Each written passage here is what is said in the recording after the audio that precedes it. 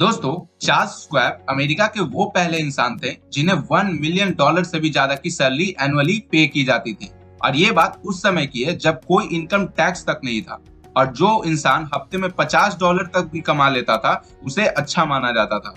Andrew कार्जी, जो कि इस बुक के राइटर हैं, उन्होंने 1921 में नए नए बने हुए यूनाइटेड स्टेट्स स्टील कंपनी के प्रेसिडेंट के लिए चार्ल्स स्क्वैब को चुन लिया था, जो कि उस समय मात्र 38 साल के थे। हालांकि बाद में स्क्वैब ने यूएस स्टील को छोड़कर बेथलेहम स्टील कंपनी को टेक ओवर कर लिया था, जिसकी कंडीशन इनिशियली तो ठीक नहीं थी, पर एट द एंड इन्होंने उसे अमेरिका की सबसे प्रॉफिटेबल कंपनी में से एक बना दिया था।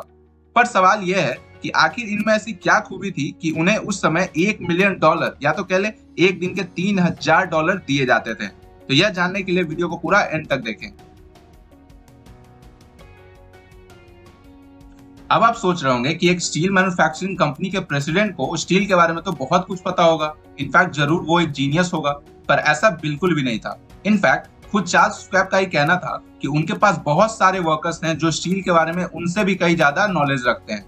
वे कहते हैं कि उन्हें इतनी सैलरी इसलिए दी जाती थी क्योंकि उनमें लोगों से बहुत अच्छे से डील करने की एबिलिटी यानी क्षमता थी।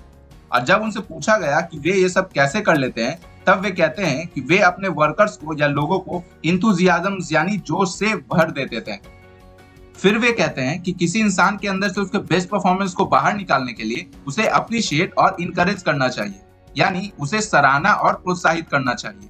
फिर वे कहते हैं कि वे कभी भी किसी को क्रिटिसाइज यानी कि आलोचना नहीं करते, क्योंकि उनका मानना है कि जब किसी इंसान को उसके सुपीरियर या फिर सीनियर क्रिटिसाइज करते हैं तो यह उसके एम्बिशंस को खत्म कर देता है, जिससे कि उसका परफॉर्मेंस और भी ज्यादा खराब हो जाता है।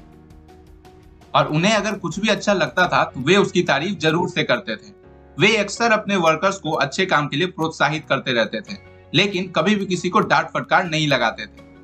ये तो बात थी चार्ल्स स्क्वैब की। पर नॉर्मल लोग क्या करते हैं? ठीक इसका उल्टा। अगर कोई चीज पसंद नहीं आई तो फटाक से उसकी आलोचना करने लगेंगे, और अगर कुछ पसंद भी आ जाए तो बिना तारीफ के ही प्रस्थान कर जाएंगे। मतलब आप एक गलती कर दो तो बहुत सारे लोग आपकी हंसी उड़ाएंगे, आपकी आलोचना करेंगे, लेकिन वहीं आप दो अच्छे काम कर दो तो कोई आपकी प्रशंसा तक नहीं करता। चार्ल्स स्क्वैब बताते हैं कि उन्होंने दुनिया के अलग अलग हिस्सों में रहने वाले बहुत सारे और महान लोगों के साथ मीटिंग्स किया है और उन्होंने उनसे ही यह सब सीखा है। एंड्रयू कार्नेजी, जो कि इस बुक के राइटर हैं, उनमें भी ये सारी खूबियां थी। कार्नेजी भी लोगों की प्रशंसा करते थे।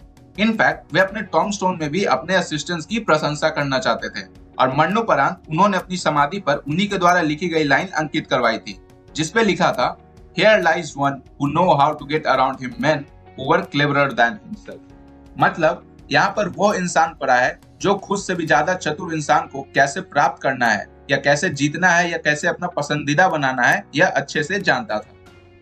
अगली कहानी है जॉन डी रॉकफेलर की, जिन्होंने लोगों को हैंडल करने में महारत हासिल की थी। एक बार इनके पार्टनर एडवर्ड टी बेडफोर्ड को $1 मिलियन का नुकसान हो गया था, क्योंकि उन्होंने साउथ अमेरिका में एक प्रॉपर्टी खरीदा था जिसे बाद में $1 मिलियन के लॉस में उन्हें बेचना पड़ा था। जॉन चाहते तो इन्हें क्रिटिसाइज कर सकते थे, इनका मजाक तक उड़ा सकते थे, लेकिन उन्होंने ये करने के बजाय उन्हें प्रोत्साहित करने का सोचा और उन्हें कॉन्ग्रेचुलेट किया, यह कहकर कि बधाई हो, तुमने अपने इन्वेस्ट किए गए पैसे का 60% बचा लिया और यह काफी शानदार है, हमसे यह हमेशा नहीं हो पाता है। अमेरिका में बहुत सारी पत्नियां अपने पतियों को छोड़कर चली जाती थी। जब इस पर सर्वे हुआ तो पता है मोस्ट कॉमन रीजन क्या था? लैक ऑफ एप्रिसिएशन, यानी उन्हें अपने बनाए हुए खाने के लिए या फिर और भी किए गए बहुत सारे अच्छे कामों के लिए उनके पति उनकी तारीफ नहीं करते थे, इसलिए उन्होंने ऐसा कदम उठाया। सेम जब पतियों से भी पूछा गया तो उन्होंने भी यही कारण बताया, जिसके कारण उन्हें भी अपनी पत्नियों को छोड़कर जाना पड़ा। आई नो आपको ये सब अजीब लग रहा होगा, मगर यह एक फैक्ट है। हम अक्सर अपने स्पाउस या पेरेंट्स या वर्कर्स को एज अ ग्रांटेड ले लेते हैं और उनके अच्छे कामों के लिए कभी भी उनकी प्रशंसा नहीं करते। कुछ लोग प्रशंसा करने को फ्लैटरी यानी कि चापलूसी करने से भी कंपेयर करते हैं, लेकिन याद रखिए, प्रशंसा करना एक सिंसियर एक्ट होता है, जबकि चापलूसी करना एक इनसिंसियर एक्ट। तो मेक श्योर आगे से जब भी आपको मौका मिले तो आप दूसरों की तारीफ जरूर कीजिए। This is Amit Raj signing off.